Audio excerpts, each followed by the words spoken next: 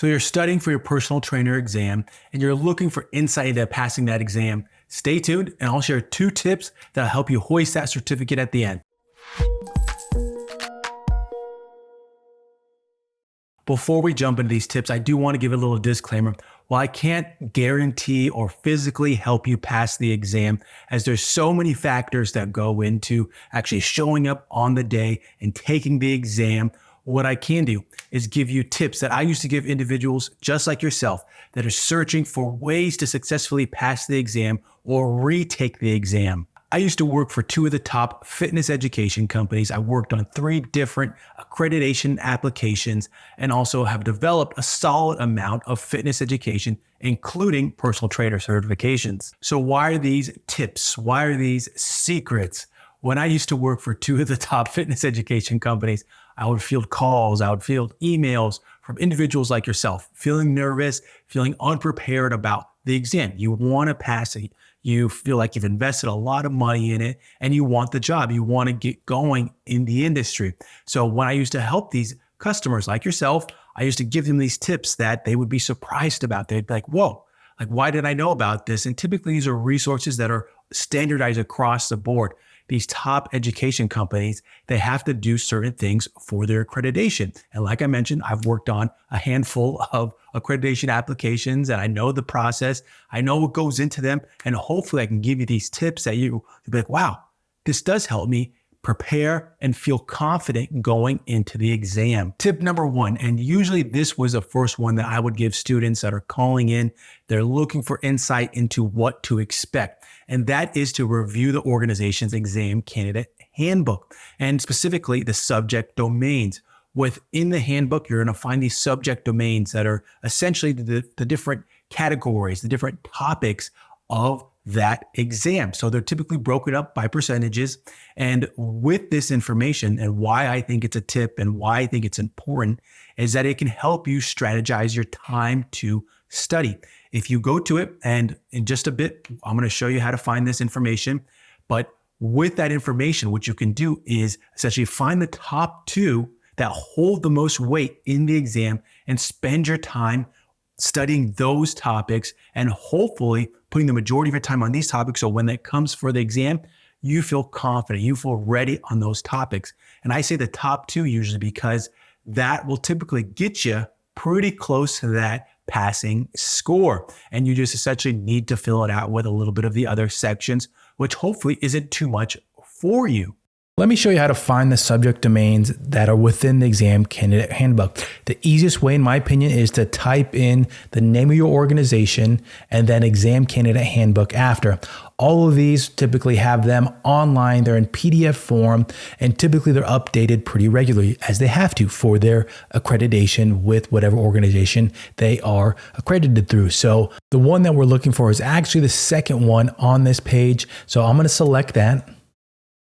And once it opens up, you see Candidate Handbook. And with this information, I would read through it because really you might find something that you didn't know and it could help you just be prepared for what's to come. So when looking at the table of contents and doing a little bit of searching and prep for this video, I found that it was on the exam blueprint in Appendix A. So a little bit tougher, and honestly, this should probably be a lot easier than how long it took me to find them. And it should probably be one of the first pages in my opinion, but here it is, exam blueprint. So what I did was go to page 38, and right here, you're going to find the domain. So domain 1, domain 2, all that information I mentioned, how the exam is broken down, and just how I mentioned, what are the top 2 domains and how much weight do they have?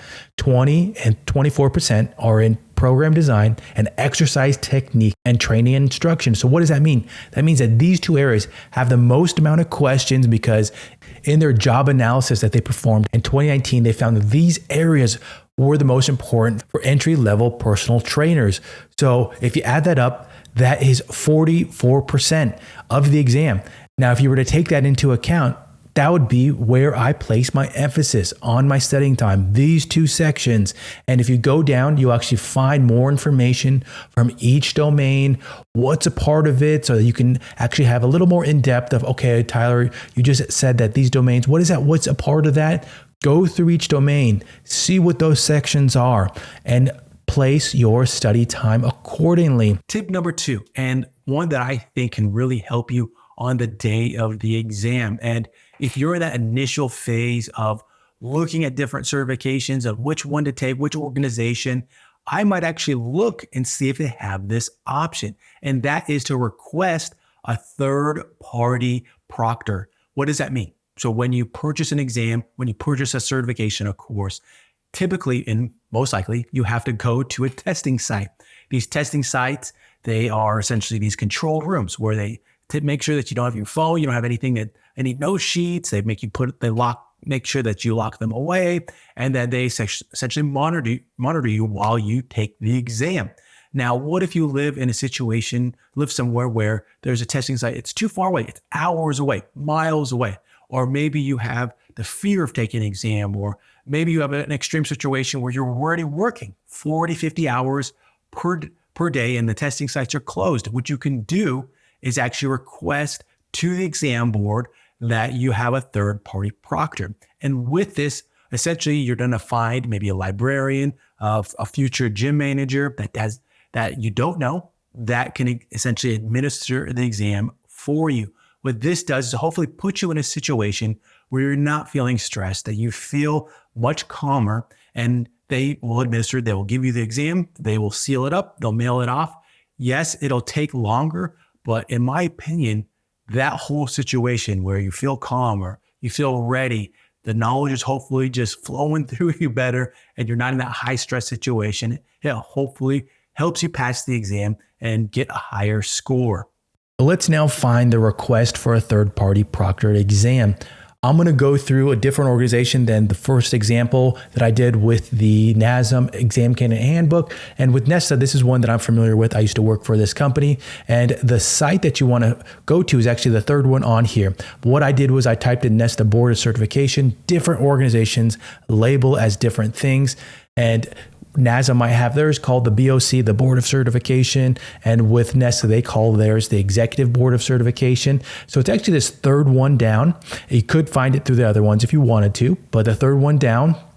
And under personal training certification, you're going to find exam requirements, exam facts, a lot of information that hopefully helps you out, but private proctor option. If you were to go here, you're going to find some information about testing sites and their requirements for testing. Now, if you want to do a private proctor, I would read all through this. You're going to find it has a lot of the information that I already mentioned about proctors and eligibility for them. What you do after is you fill out this form. Do want to make sure that you read it, and then your proctor has to apply for it. Keep in mind that they could deny it. And most importantly, if you do want a proctor, a third-party proctor, it's not going to be immediate. They're going to have to review this process and they're going to then schedule it with you. But keep that in mind with proctoring and with requesting this process is that it's not immediate. Before I sign off here, what I am going to do is give you some quick tips and then a bonus tip. So with the quick tips, the first one is cramming should not be an option.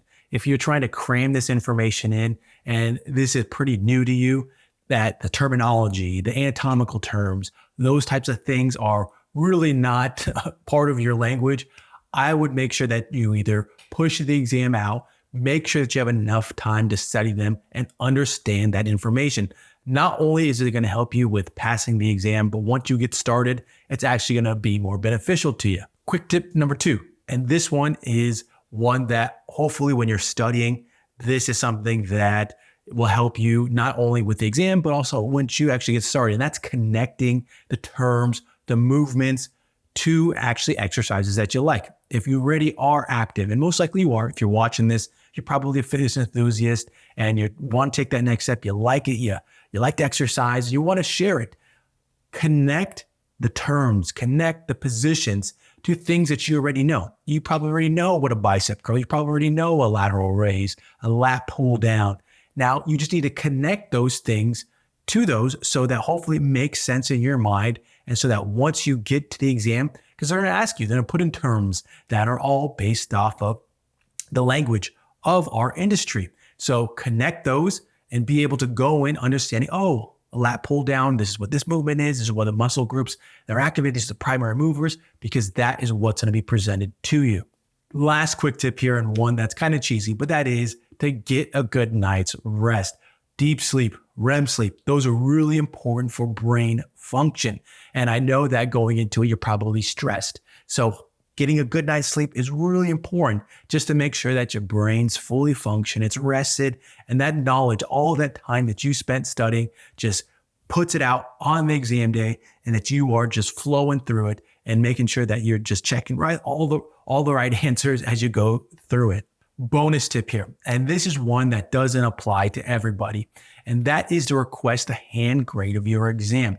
Let's say that you missed it by 1 and you feel awful and you're thinking, oh man, this exam is out to get me. What I would do, don't include that the exam's out to get you. Something was wrong with it, because I can guarantee that there wasn't, but there's a chance that the human element might come into it. So you will write to the organization's exam board, and there's typically a process for it, and request a hand grade of it. And the reason why I throw this one out there is because when the human element comes into anything, who knows if the exam board reviews it and maybe on that day they're just feeling generous, and I can say that it happens, is that one question that you missed magically appears right, and all of a sudden you have a passing score. So I didn't include this with the other ones because it doesn't apply to everybody. But if the human element can help you in that situation, go ahead, take advantage of it. That has been it for this secrets of passing any personal training exam. I hope that helps. I hope that helps you with that studying, going into it, feeling confident, and hopefully walking away with that certificate. Until then, I'll catch you in the next one.